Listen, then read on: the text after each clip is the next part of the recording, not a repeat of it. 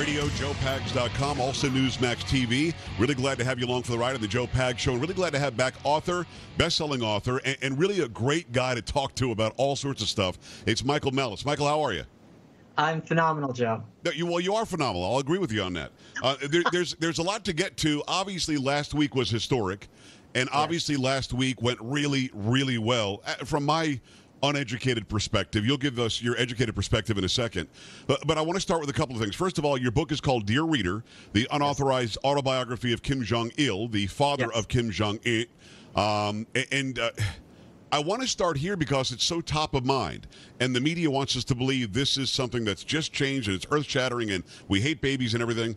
Do you think that the resurgence or the reemergence of what's going on at the border was brought to the fore by the left, by the media, by Hollywood now attacking too, and everybody else? Was that brought to the fore because last week went so remarkably well, or am I off base on that? I don't know how much of this stuff is planned and how much of it's spontaneous and there's a snowball effect.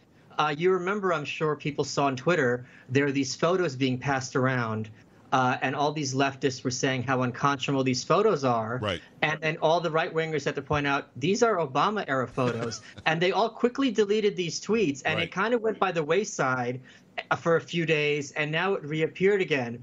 I tweeted something out which had a very kind of interesting response. I tweeted out that never in my lifetime have I seen the right wing be this aggressive. And there were two responses I got, both of which were clueless. One of which is, well, what do you expect? This is the leftist fault. And I'm like, well, be that as it may, if you're doing something, you just take ownership of it. And I'm not saying aggression is for me to criticize aggression, you don't know who you're talking to. Right. And the other one is like, well, that's what you get for trying to put your leftist views on America, because we have such a knee-jerk binary worldview that if you're saying something that is a criticism of one side, you're outing yourself as a member of the other side, which is very weird. And very recent. What I am fascinated about with this immigration stuff is just how quick the response has been from the right and how violent in its denunciation of the attack. Corey Lewandowski sarcastically mocking on Fox, womp womp, when the Democratic statue talking about a Down syndrome kid.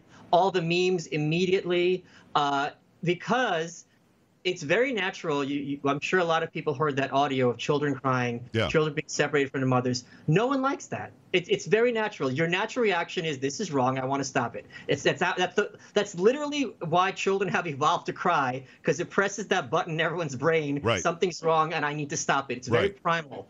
And it's the same kind of thing that maybe they don't have this anymore, but when you and I were kids, I remember if you go to the pet store, they had these change boxes with rabbits that were being experimented on, and you see rabbits with makeup in their eyes and being like, oh my God, this is awful, contribute to stop this. And on the one hand, I don't want to see rabbits, having tortured to some extent. On the other hand, is it going to be the rabbits, or is it going to be teenage girls who are going to have things happen to their eyes? So you're seeing one thing and you're not seeing the broader context. That's not a defense, but it certainly puts things into perspective. So the fact that 10 years ago, there would be a lot of genuflecting on the right, I feel. It'd be like, look, we have these policies for a reason. These are the alternatives. And this kind of national review, let's have this, reasoned, calm attempt at discourse. And now it's like, we're not playing your game. We're not talking to you. You want to play audio, you want to show video. We don't care. We're not having a discussion with you guys anymore. You're not playing fair. You're not operating in good faith. The conversation has ended as of 2 years ago. Do you not agree that that's the perspective? Well, I do agree with that. And also what we see is this is really a grand negotiation, which will take us back to the conversation with Kim Jong Un and President Trump. This is the great negotiator saying, we're going to go zero tolerance. We're going to uphold the law. We're going to enforce the law that's on the books. Obama did it. George W. Bush did it. I'm going to be zero tolerance. We're not going to have any leeway. If you break the law to come here, we're going to detain you. And anybody who breaks the law, we're going to separate you from your family. There are people in prisons in this country to the tune of millions of people who are separated from their families. They all did something wrong. What I don't like is that the right doesn't get what he's doing. He is putting pressure on Congress, on Schumer and Pelosi, who have both said we will not jump on a bill that'll solve this problem. I wonder why November's on the way.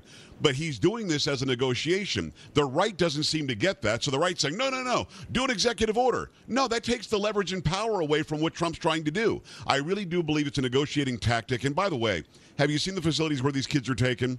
They're like nicer than my house, many of them. So, I mean, it's not like they're not in the gulag. They're not in concentration camps. They're not in internment camps. That's all the grand lie. But yeah, it's interesting to see how the right is freaking out and trying to give in because of I think dog whistle is the word that we use, is the phrase that we use today. It's a dog whistle, crying babies. My 3-year-old, Michael, cried the other day because I said you have to shut the TV off. So the idea that kids cry should not be, the be-all, end-all, let's change all of our laws. I guess the reason why I brought that up is twofold. Number one, I do believe that they did this on purpose. This timing is on purpose to take away from the grand scheme of how good that meeting was with Kim Jong Un. But number two, you say you're an anarchist. I believe you're more of a libertarian. No. How do you feel about immigration laws, period? Should there be any?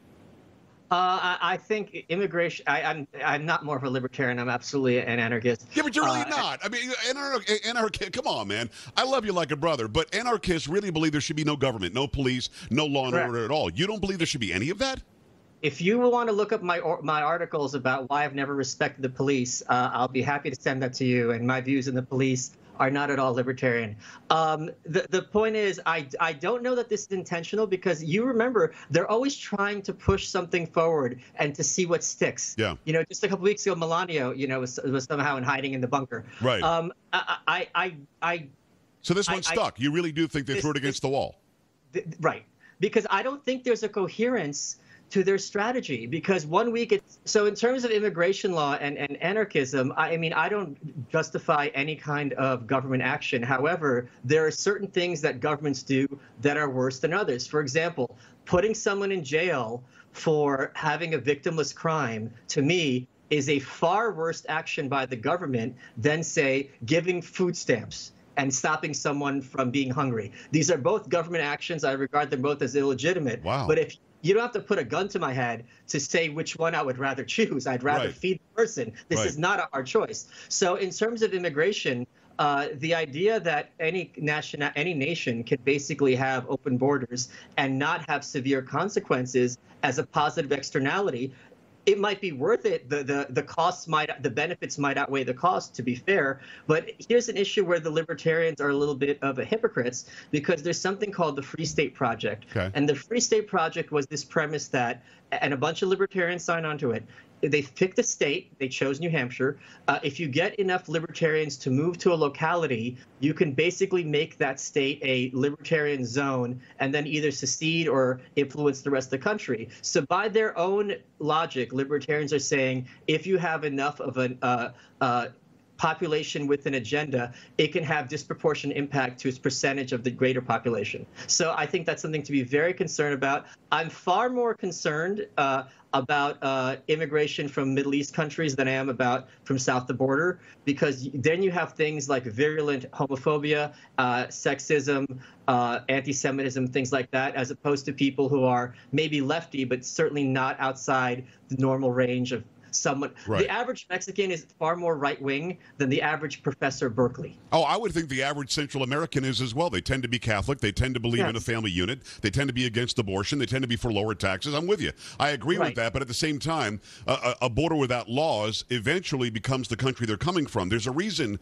why their country is like that.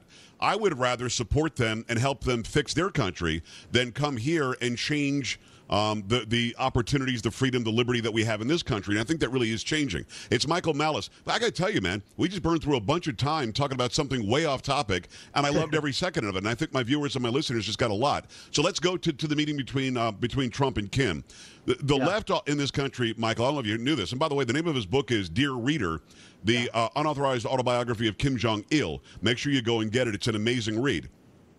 What people saw was the left pretending they loved the flag suddenly. How dare you have the flag next to the North Korean flag? It's denigrating the flag. Suddenly the left, they revere the flag like, I don't know, on Sundays during football season, they don't care about the flag, but they do now. So that happened. They tried to say that Kim pulled all the strings, and to me it looked like Trump was the daddy, Kim was the little boy walking around. You as the expert watching this unfold, I'm just going to shut up for a minute. Tell me your thoughts as I'm guessing you stayed up like I did and watched it as it happened live. Of course, I was on air when it was happening. It was very, very moving. And let's give a couple other examples. Let's suppose you and I were giving a talk together, or having some debate in a public meeting. Yeah. Is your name going to be 3 times as big as mine, No. or are we going to have 3 signs of yours compared to mine? Right. How is it possible to have any kind of negotiation unless there's an equal number of flags? It doesn't make sense. So the idea, your point too, the same people who are so desperate to make flag burning an expression of free speech. Defecate on the flag all you want. You can poop on the flag, Michael, but you can't put it next to the North Korean flag. Help me understand. And the example, and if you watch the body language, I was on the phone with Joel Pollack from Breitbart, who's a great guy. I'm sure you're a fan of his as well. Yeah. And I hadn't seen it. Joel was describing it to me. And he said, oh, President Trump is putting his hand on Kim Jong Un as a sign of friendship. And I said, hold on a moment. Where I'm from, Brooklyn, when a man puts his hand on another man, that is a sign of dominance. It is. It's like, hey, buddy, you've had enough to drink. Let's get you out of here. It's not a sign of friendship. It could be friendly dominance, but it is asserting your role. Right. Then when I saw the footage, it's even more. Trump had his hand on Kim Jong Un's small of his back, like when you're escorting a girl to a dance. It was very no, but it was Joe. I'm serious. It was very dominant body language, and the fact that there's this size difference and this age difference. Look, at the end of the day, they're both leaders in their own way. One is a absolute murderous dictator who is just an abomination, and Trump's the president. But you also have someone in his early 30s versus someone in his 70s. And I'm sure there's a level of, especially in an Asian country, there's a level of deference to someone who is older than you, and a level of respect. And I also noticed this, and I wonder if you noticed it. Kim also appeared to look at Trump before he did anything. Before he signed the letter of intent, he looked over. Is it time now? It really was like teacher-student. How does the left walk away, Michael? I know how stupid that can be, but how do they walk away and see anything other than, wow, that was historic, and maybe, just maybe, the Korean War will end now, and maybe, just maybe, we'll get rid of nukes? I mean, maybe it doesn't happen, but how do they walk away with anything negative?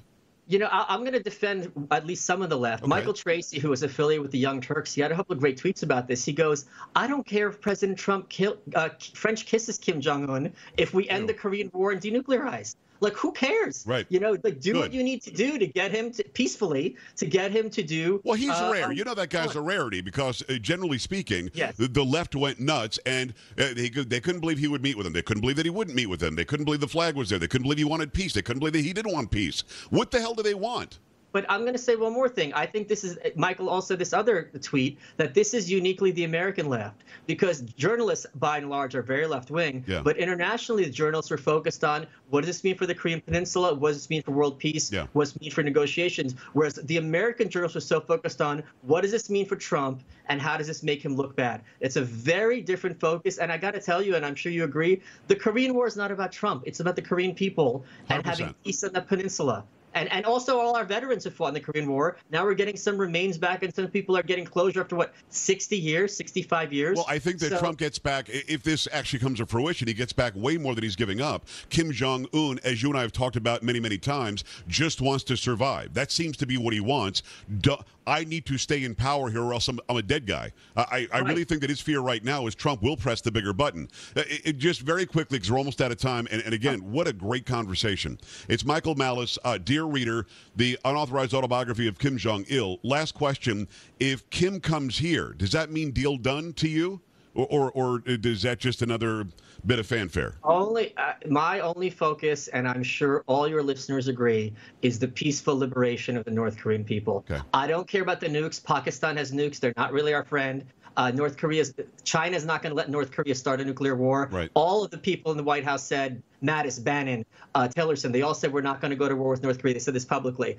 All I care about is closing down these concentration camps and getting these people fed and with some information and some passports. Then the deal is done, from my perspective. I got you. Michael, let's do it again very soon. Honestly, we could talk for hours. We're not going to agree on anarchy versus libertarianism or conservatism, but I really love how you think it all through, and it makes me think, and I appreciate that.